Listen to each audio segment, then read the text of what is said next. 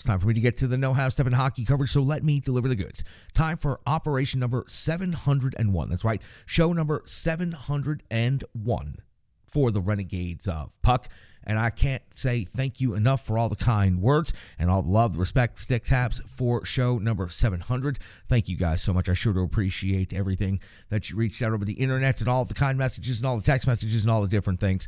It was really great. Now, on this moment in hockey history, the Nashville Predators currently find themselves in 5th place in the Central Division with 40 games played. We're approaching the middle point of the season already. A record of 19, 15, and 6 is good for 44 points on the season. They are 1 point behind the 4th place St. Louis Blues. They are 4 points behind the 3rd place Minnesota Wild, and that would be 3rd place for an automatic playoff qualifying spot. Again, something we'll talk about some more substantially in the second half of the season. The Predators currently sit 12 points behind the 1st place Dallas Stars. Now, behind the Nashville Predators in the Central Division, the Colorado Avalanche sit just 1 point behind the Nashville Predators, and they've also played one less game than the Nashville Predators. Arizona's 13 points behind the Preds. Chicago is 20 points behind Nashville in last place. So that reads again in the Central Division: Dallas, Winnipeg, Minnesota, St. Louis, then Nashville, Colorado, Arizona, Chicago. Now, for the Nashville Predators, they will be wrapping up 5-game road trips, so their next game on the road. So their record is 10-9-3 at this point in the season on the road.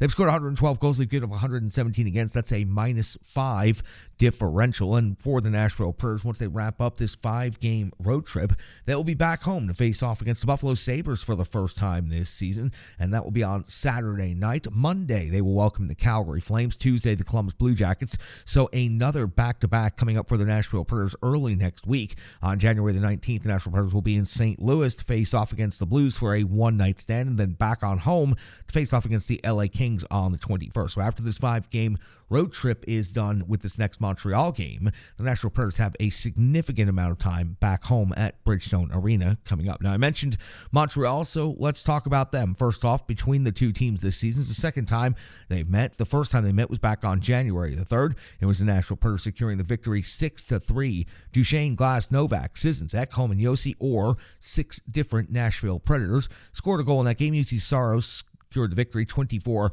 out of 27. The Montreal Canadiens are 16-22-3 overall in the season. That's good for 35 points.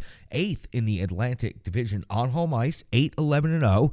They have a -47 goal differential, and they've lost 13 of their last 15 games. Let's just take a look back at the most recent stretch of 5.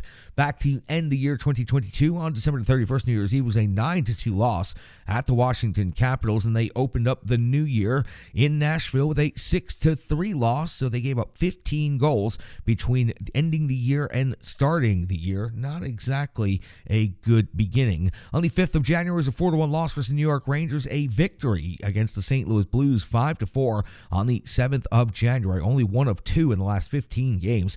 And then on the 9th of January, their most recent game was a 4-0 loss versus Seattle. Montembeault got the start, took the loss, 37 out of 40 in that game. When it comes to these two teams and the matchups, the Nashville Predators are ahead in virtually every statistical metric. So let's talk about what those rankings and those numbers in particular are. The Predators now, goals for on the season, 2.75.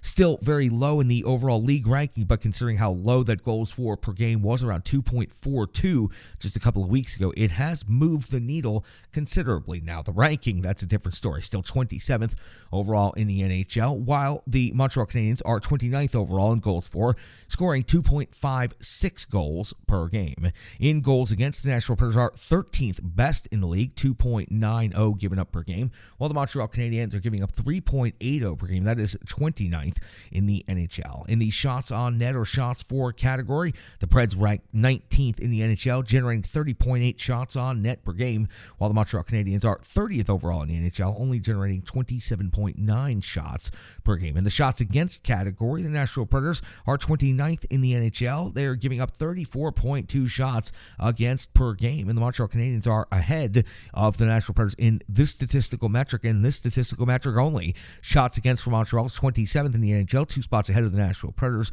They're giving up 34.5 per game. Now, when it comes to the special teams, the power play for the Montreal Canadiens is rated dead last in the NHL, or 32nd. 19 conversions out of 128 opportunities. That's good for 14.8% on the power play this season. The Nashville Predators, now listen, it's not much better, but it is at least better. 28th overall in the NHL, 17% conversion rate, 23 out of 135 opportunities. When it comes to the penalty kill, the Nashville Predators 10 spots ahead of the Montreal Canadiens, giving up 28 power play goals against on the season. They're rated 13th overall in the NHL. They have a kill rate of 80.1%. For the Montreal Canadiens, they're 23rd overall in the NHL in the penalty kill with a kill rate of 74%. They have given up, though, 39 power play goals on the season, 11 more than the Nashville Predators. For the Preds, injuries remain the same. Cole Smith still listed as day-to-day. Mark Borowiecki still on injured reserve with no time frame for his return. When it comes to every team in the NHL, they have high-skilled individuals, so we like to go down the top 5 individual scores in the stats categories on each of the teams. Let's start with the home team, Montreal Canadiens. Suzuki leads the team in scoring with 15 goals, 19 assists for 34 points. Those 19 assists lead the Montreal Canadiens in assists. Caulfield, 23 goals. That leads the team in goals. Plus 9 assists gets you to 32 points. Second overall in team in scoring. Doc at 6 and 18 for 24. Dvorak 7 and 10 for 17. And Monahan 6 and 11 for 17. Allen in net has a record of 10, 16, and 1 and 8.92 save percentage of 3.52 goals against average. Now Montembeault, 6, and 2 record, 900 save percentage, 3.42 goals against average. Over on the Nashville Predator side of the ledger, Philip Forsberg continues to lead the team in scoring. 17 goals, leads the Nashville Predators in total goals. Add 20 assists to that for his team leading 37 points. The captain, Roman Josi, leads the team in assists with 22. Add 10 goals to that, and he has 32 points, good for second on the Nashville Predators in scoring.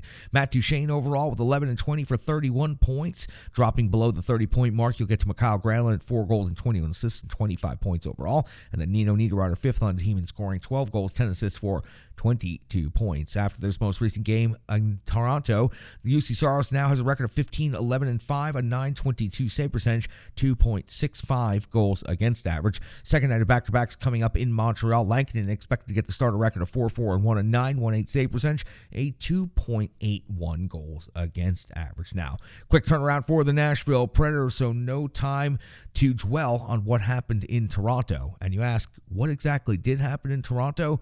Well, good news. The Rebirth Sports recap, it's coming up next.